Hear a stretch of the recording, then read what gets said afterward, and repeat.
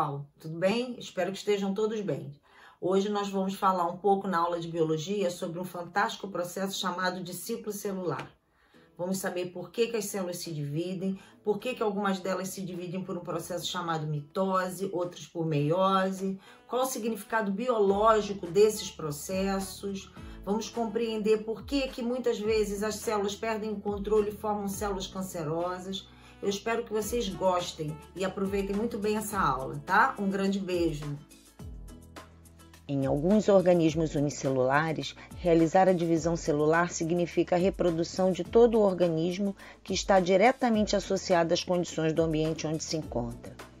A bactéria Escherichia coli, por exemplo, muito utilizada em laboratórios, quando colocada em meios nutritivos, é uma máquina de realizar divisões celulares, mas quando privadas de alimentos, reduzem a sua população. Em organismos pluricelulares, o equilíbrio entre a multiplicação celular para a produção de novas células e a morte delas é regulado por genes que fazem parte do nosso genoma, e morrer é uma atitude altruísta, permitindo a preservação do organismo. Assim como produzir gametas é essencial para os organismos que se reproduzem sexuadamente. Neste momento em que você está me ouvindo, milhões de células do teu corpo estão se reproduzindo para garantir o funcionamento do teu organismo, às vezes substituindo células já sem função, reparando partes lesadas, possibilitando o teu crescimento ou produzindo gametas, o que permitirá a continuidade da vida. O período que vai desde o surgimento de uma nova célula até o momento em que ela se divide ou morre, chamamos de ciclo celular. Didaticamente, dividimos o ciclo celular em duas etapas, a intérfase e a divisão celular. Como já falamos na aula anterior, a intérfase é o período em que a célula está se preparando metabolicamente para o processo de divisão celular. Dependendo dos objetivos de cada célula, a divisão pode ser denominada mitose ou meiose. Essa etapa também é chamada por muitos autores de fase M. A fase M ocorre em um curto período de tempo quando comparada à intérfase. Entretanto, as modificações decorrentes dessa etapa são muito mais intensas, levando a uma reestruturação quase completa da organização celular. A periodicidade de divisão e a capacidade de células se dividirem depende de cada tipo celular. Após a fecundação, células embrionárias se dividem muito rapidamente. Outras células, à medida que se especializam, perdem a capacidade de se dividir, como as células sanguíneas e musculares, ou ainda como algumas células nervosas que só se dividem em condições muito especiais. A intérfase é dividida temporalmente em 3 etapas sequenciais, a fase G1, a fase S e a fase G2, e acontece tanto nos ciclos celulares que envolvem a mitose quanto a meiose. Inicialmente, pensava-se que durante as etapas G do ciclo celular, as células estavam em repouso, daí G, que vem do gap, em inglês, que significa intervalo. Hoje, sabe-se que durante essas fases, a célula encontra-se em atividade e, por isso, o termo é considerado inadequado, apesar de ainda permanecer sendo usado. A letra S é usada para simbolizar a palavra síntese, ou seja, a fase de intensa síntese ou produção de DNA. Algumas células, como as do fígado, a divisão é mais rara e permanecem longos períodos fora do ciclo celular. Dizemos então que essas células estão na fase G0, em que, apesar de estarem realizando as suas funções, não estão se preparando para se dividir.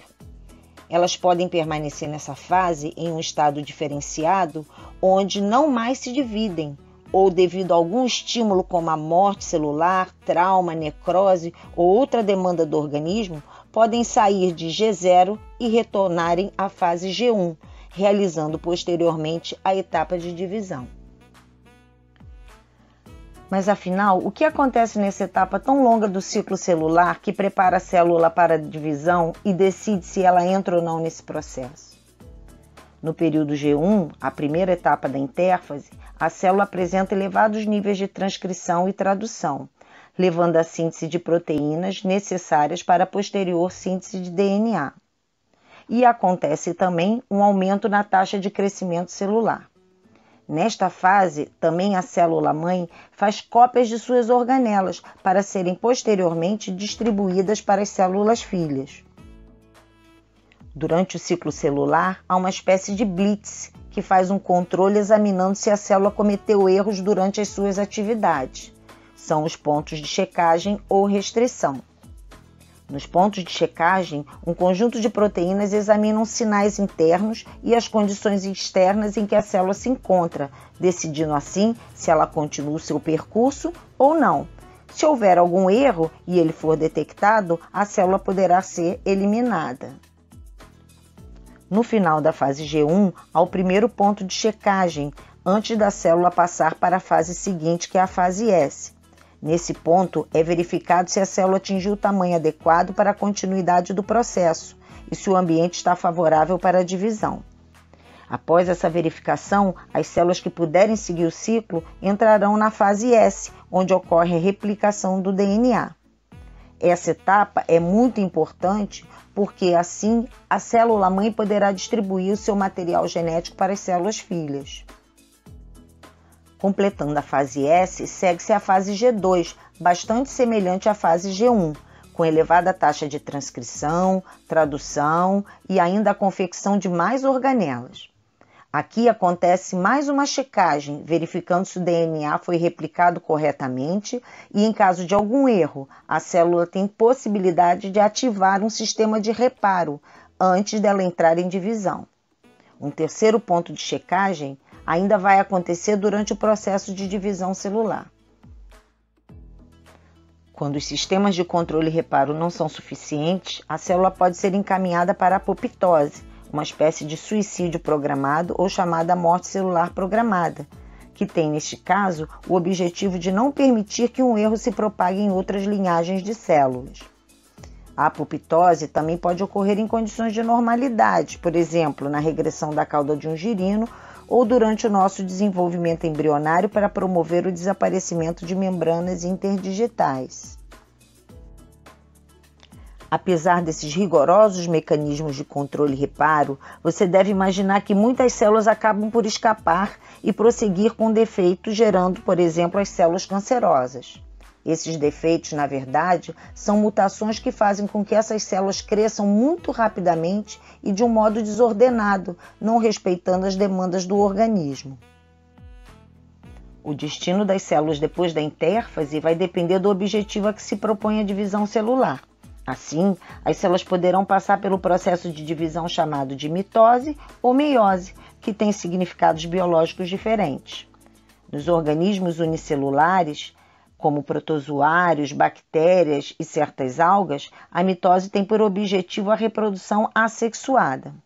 No caso dos seres pluricelulares, a mitose tem como objetivos fundamentais promover o crescimento dos organismos por aumento do número de células, a substituição e a renovação celular.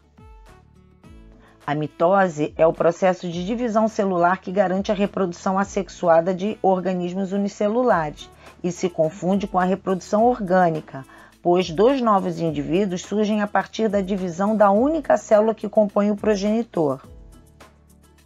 Nos pluricelulares, a mitose assegura o crescimento, renovação e reparo de células perdidas, quer por acidente, por desgaste normais, sendo, portanto, um processo essencial à longevidade e à manutenção da vida.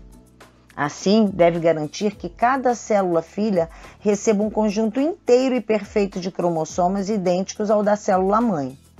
Lembre-se que estamos falando de cromossomos, porque aqui já estamos nos referindo à divisão celular, onde o DNA já está se compactando e apresentando essa roupagem. Já a meiose representa um mecanismo fundamental no ciclo de reprodução sexuada de todos os animais, porque é o mecanismo envolvido na produção de seus gametas. Em alguns outros grupos, também está relacionada na produção de esporos e zigotos. Ao contrário da mitose, no processo de meiose, as células filhas receberão apenas metade do número de cromossomos das células mães, como forma de garantir que após a fecundação, a quantidade completa de cromossomos seja mantida na espécie. Para compreender melhor este processo, teremos que introduzir dois conceitos novos, o de células diploides e células haploides. Por convenção, chamamos de células diploides de 2N, porque apresentam um número completo de cromossomos de uma determinada espécie, em que 2 indica que os cromossomos estão aos pares e N a metade do número de cromossomos. Assim, nós temos em nossas células somáticas 2N cromossomos, em que 2N é igual a 46. Lembre-se, ao observarmos os cariótipos de indivíduos normais, verificamos que existem 23 pares de cromossomos. Células haploides apresentam metade do número de cromossomos da espécie e nelas só existe um representante de cada par dos cromossomos homólogos. Ainda seguindo o exemplo da nossa espécie, nossos gametas possuem N cromossomos, em que N é igual a 23. Na fecundação, durante a formação do zigoto, os N cromossomos dos dois gametas serão agregados formando um zigoto 2N. Tanto a mitose quanto a meiose iniciam seus processos a partir de uma célula 2N, mas o número final de cromossomo das células filhas nos dois processos será diferente. A mitose produzirá células filhas com 2N cromossomos e a meiose células filhas com N cromossomos. Além disso, conforme veremos mais tarde, a mitose produzirá no final do processo duas células filhas geneticamente iguais à célula-mãe, enquanto que a meiose será responsável por formar 4 células filhas geneticamente diferentes entre si e diferentes da célula-mãe. A mitose faz parte da fase M, que é constituída pela mitose propriamente dita, caracterizada pela divisão nuclear, e a citocinese, que nada mais é do que a divisão citoplasmática para individualizar as células filhas. Durante o processo de mitose, uma célula com um único núcleo diploide originará duas células com dois núcleos com material idêntico a cada um deles e ao núcleo original. Ela acontece sempre de forma equitativa, ou seja, mantém em suas células filhas a mesma quantidade de DNA das células mães. A mitose é um processo contínuo em que cada evento flui naturalmente para o próximo. Entretanto, para pontuar os eventos mais marcantes, ela é classicamente dividida por vários autores em 4 fases distintas: a prófase, a metáfase, a anáfase e a telófase. Como referência para o estudo da mitose, vamos descrevê-las a partir de uma célula animal e preocupe-se principalmente em compreender o processo como um todo. Os nomes que aparecerão ao longo da explicação, você acabará por familiarizar-se com eles. Assim que acaba a fase G2 da intérfase, começa a primeira etapa da mitose, que é a prófase, que vem do grego pró, que significa antes, inicial. Nesta etapa, a cromatina inicia um processo de enovelamento e vai se tornando cada vez mais condensada, já podendo ser chamada de cromossomos, apesar de ainda não ser facilmente visualizada ao microscópio. À medida que a condensação ocorre, os genes vão ficando bloqueados e assim inativos. Esta condensação impede a transcrição e, por esse motivo, os nucléolos, responsáveis pela produção de RNA, vão se desagregando e, progressivamente, não mais poderão ser vistos ao microscópio. Outro evento importante é a formação do fuso mitótico ou acromático, que nada mais são do que feixes longos formados por proteínas que fazem parte do citoesqueleto das células e que servirão para capturar e orientar os cromossomos durante a distribuição pelas células filhas. A organização do fuso é orientada pelos centrossomos, que em células animais são constituídas por um par de centríolos, já duplicados durante a intérfase, e que vão migrando aos poucos para os polos opostos da célula. Também surgem microtúbulos curtos ao entorno dos centríolos, que são chamados de ásteres, por ter um aspecto de raios estrelados. Nos dias de hoje, muitas drogas usadas no tratamento quimioterápico contra o câncer utilizam como alvo os microtúbulos, impedindo a sua formação e paralisando a divisão celular. No final da prófase, a carioteca está totalmente desfragmentada para poder libertar os cromossomos, que já podem ser vistos ao microscópio por estarem bem compactados e presos ao fuso acromático. A região por onde os cromossomos se ligam ao fuso são denominados centrômeros, que nada mais são do que sequências repetitivas do DNA. Durante a metáfase, os centríolos que estavam se movimentando alcançam cada um deles os polos da célula e os cromossomos no seu máximo de compactação são facilmente visíveis ocupando a região mediana dessa célula. Chamamos a figura representada pelos cromossomos alinhados na região mediana de placa metafásica ou placa equatorial, fazendo alusão ao equador do nosso planeta. O prefixo grego meta, que constitui a palavra metáfase, quer dizer meio e faz exatamente referência a essa importante característica dessa fase. O alto grau de compactação dos cromossomos permite que possamos observar que cada um deles é constituído por duas cromátides irmãs, originárias da replicação na fase S da intérfase, e por isso são exatamente iguais. A compactação cromossômica facilita a distribuição do material genético para as células filhas e reduz a possibilidade de erro nessa distribuição. A citogenética produz cariótipos a partir de células que estão exatamente nessa fase da mitose, porque os cromossomos estão bem visíveis.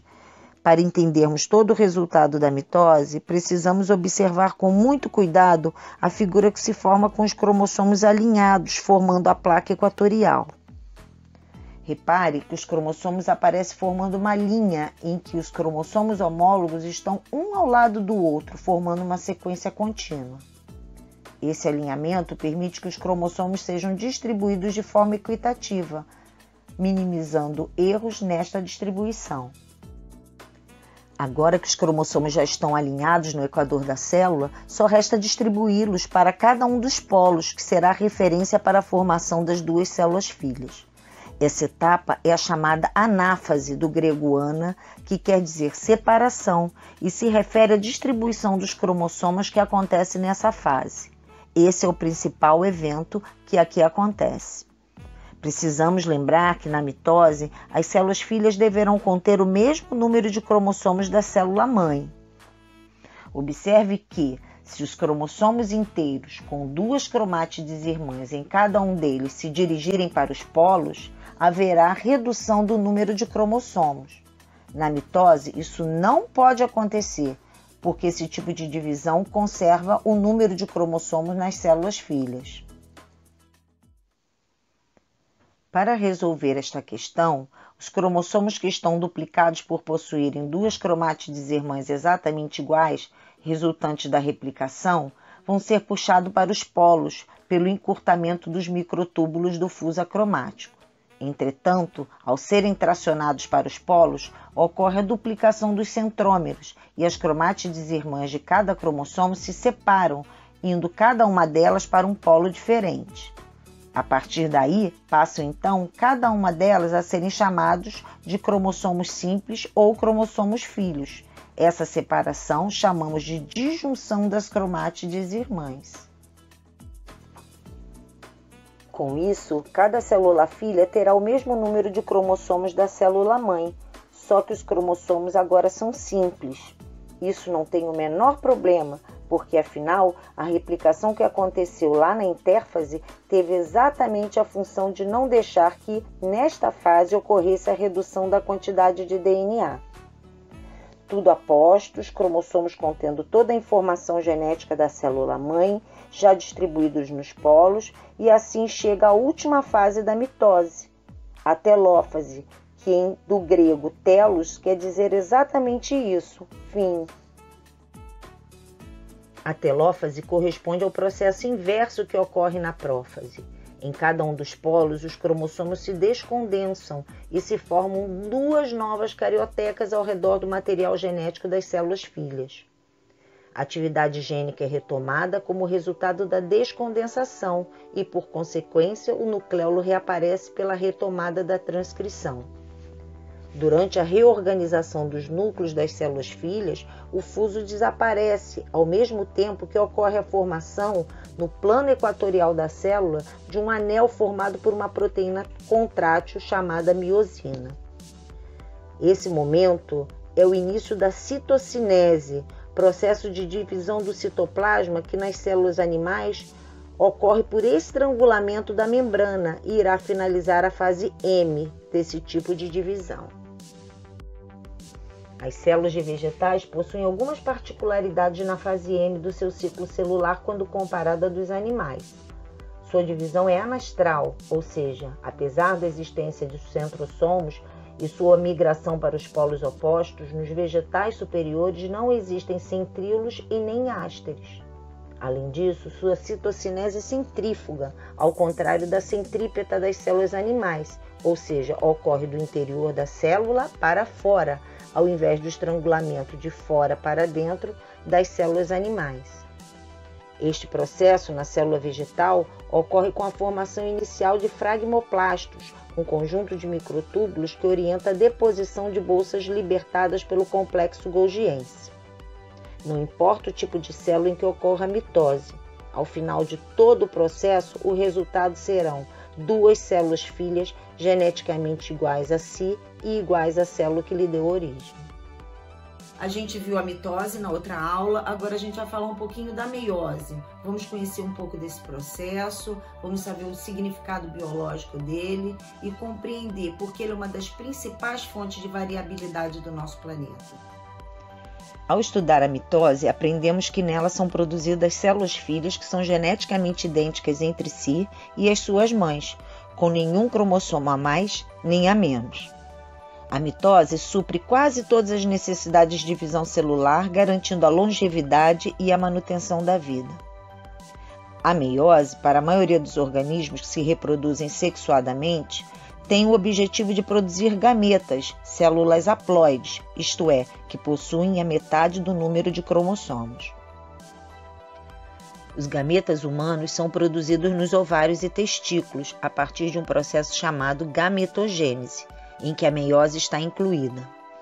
A meiose gamética garante que durante o ciclo de vida dos animais haja uma fase haploide que terá após a fecundação a fase diploide restabelecida. Este tipo de ciclo de vida é chamado de diploide.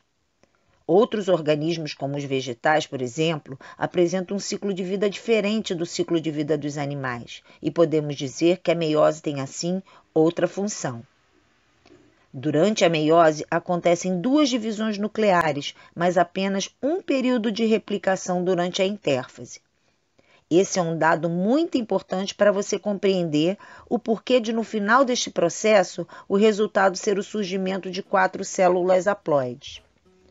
Outra particularidade da meiose é a produção de células com metade do material genético da mãe e geneticamente diferentes entre si, garantindo a produção de células muito diferentes por um mesmo indivíduo.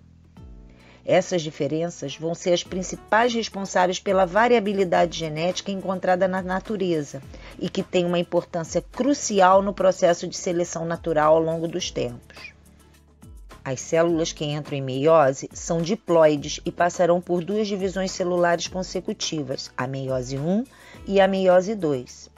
Na primeira divisão meiótica serão formadas 2 células filhas com a metade do número de cromossomos da célula-mãe, e cada uma delas entrará na segunda divisão, formando outras 2 que manterão o número de cromossomos destas.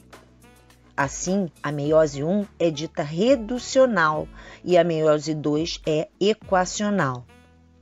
A divisão 1 e 2 também são subdivididas em fases que recebem os mesmos nomes das fases da mitose, só que para especificarmos que são da meiose, esses termos são acrescidos pelos números 1 e 2.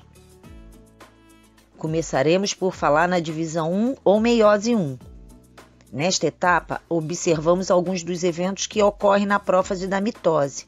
Entretanto, a prófase 1 da meiose é mais longa, ela ocupa cerca de 90% do tempo da meiose.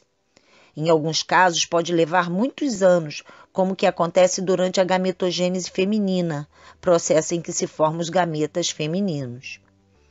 Alguns autores até subdividem em subetapas, mas aqui não vamos nos prender a esse nível de pormenor. Vamos descrever o processo como um todo, evidenciando o que de mais importante acontece nesta fase. No início, os cromossomos ainda se apresentam longos e finos e, pouco a pouco, vão se tornando visíveis como resultado da condensação. Cada cromossomo está constituído por 2 cromátides irmãs, como resultado da replicação que aconteceu na fase S da intérfase. Os cromossomos homólogos de cada par emparelham-se, isso é, colocam-se lado a lado. Com o emparelhamento, é possível observar que cada par de cromossomos homólogos forma o que chamamos de bivalente ou tétrade. O termo bivalente refere-se à presença de 2 cromossomos homólogos e o termo tétrade à existência de 4 cromátides, uma vez que cada cromossomo tem 2 por estar duplicado. Quando os cromossomos homólogos estão emparelhados, é possível que ocorram quebras em algumas regiões das cromátides irmãs, ocorrendo trocas recíprocas entre elas, isto é, elas vão trocar genes em pontos específicos. Este fenômeno é um dos mais importantes da meiose e é denominado permuta gênica ou crossing over. É importante lembrar que o crossing over não é um fenômeno que aconteça obrigatoriamente em todos os pares de cromossomos, e inclusive o número de pontos em que ele poderá ocorrer também é variado.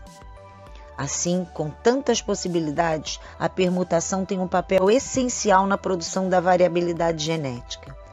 Teremos a partir dele cromossomos paternos e maternos com pedacinhos um do outro, o que faz com que não sejam exatamente iguais. Nesta altura, os cromossomos homólogos já apresentam um grau de condensação maior e vão se afastando um do outro. À medida que se afastam, é possível visualizarmos ao microscópio que eles ainda se mantêm unidos nos pontos em que ocorreu o crossing. Esses locais são denominados de quiasma, porque formam uma figura em X, recebendo esse nome exatamente porque X em grego é quiasma. Aos poucos, os quiasmas deslizam em direção às extremidades dos cromossomos. Durante todo esse processo, vai se formando fuso acromático, assim como aconteceu na prófase da mitose, e ao fim a carioteca e o nucleolo já não podem ser visualizados. Depois do longo período de prófase 1, inicia-se a metáfase 1. Lembre-se que metáfase faz referência à região mediana. Na metáfase 1, as bivalentes de cada cromossomo homólogo ligam-se ao fuso acromático de um dos polos, com os pontos de quiasma no plano equatorial da célula. Outro evento que contribui para a variabilidade genética é a orientação ao acaso dos cromossomos homólogos na região mediana, o que quer dizer que os cromossomos de origem materna e paterna não se colocarão necessariamente no mesmo lado da placa equatorial. Se tudo acontecer sem erro, teremos em cada lado da placa um representante de cada par dos cromossomos homólogos, mas uns podem ser paternos e outros maternos. Durante a anáfase, você já sabe que ocorre a extensão dos cromossomos, e aqui na anáfase 1 não é diferente. Entretanto, apesar de ocorrer esta mesma movimentação, ela tem particularidades que vai caracterizá-la, como sendo uma etapa reducional que levará a célula-mãe 2N a formar 2 células-filhas N. Para isso, durante a ascensão polar dos cromossomos, ocorrerá a separação de cada cromossomo homólogo do par, com as 2 cromátides inteiras, logo duplicados. Este fenômeno é chamado de segregação e é independente pelo fato de haver várias possibilidades de separação dos cromossomos que está relacionada com a orientação dos homólogos na placa equatorial durante a metáfase 1. Não haverá separação das cromátides irmãs, como acontecia na anáfase da mitose. O resultado disso é que cada polo receberá metade do número de cromossomos ainda duplicados provenientes da célula-mãe. Durante a telófase 1, os grupos de cromossomos chegam aos polos da célula e aos poucos se descondensam. O fuso acromático se desagrega, a carioteca e o nucleolo são reorganizados. A citocinese vai concluir a formação de 2 células haploides, pois apresentam apenas um representante de cada par dos cromossomos homólogos. Estas células serão diferentes uma da outra. pelo crossing e pela segregação independente dos cromossomos homólogos. Antes das duas células filhas formadas pela meiose 1 entrar na meiose 2, há um pequeno intervalo chamado de intercinese, semelhante à intérfase, mas com uma particularidade: não ocorre a duplicação do material genético. Lembre-se que ao final da meiose 1, os cromossomos estavam duplicados. A meiose 2 é semelhante à mitose em vários aspectos, só que as células que estão iniciando esse processo são haploides com N cromossomos. Uma vez que esta etapa é equacional, este número de cromossomos precisa ser mantido. Então, células com N cromossomos deverão gerar outras células também N. Teremos, então, duas células-mães começando a meiose 2. Como você já conhece a mitose, vamos agora só falar dos principais eventos dessa fase, focando na distribuição cromossomial. Como toda prófase que se preza, na prófase 2 os cromossomos voltam a se condensar.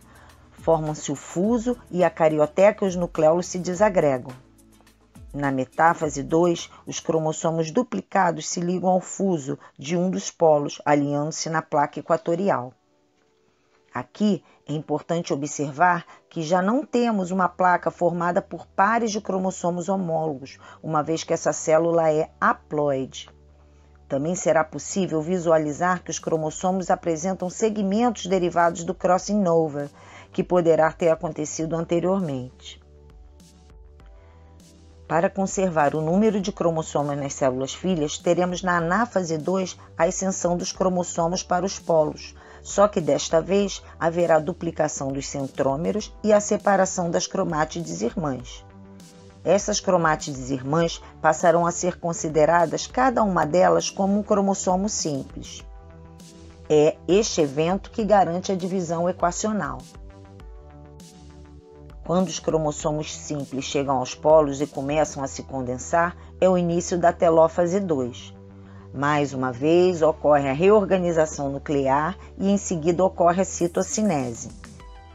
Tendo em conta que duas células-mães provenientes da meiose 1 iniciaram a meiose 2, teremos no final de todo o processo meiótico 4 células filhas diferentes entre si e da célula-mãe diploide que iniciou a meiose 1. A recombinação gênica produzida pelo processo de meiose, juntamente com as mutações gênicas aleatórias, faz com que sejamos geneticamente diferentes uns dos outros, o que contribui incontestavelmente para a sobrevivência das espécies, em condições constantes de mudança em nosso ambiente. Eat till you're fat, till you're dumb, spend all your money until you come.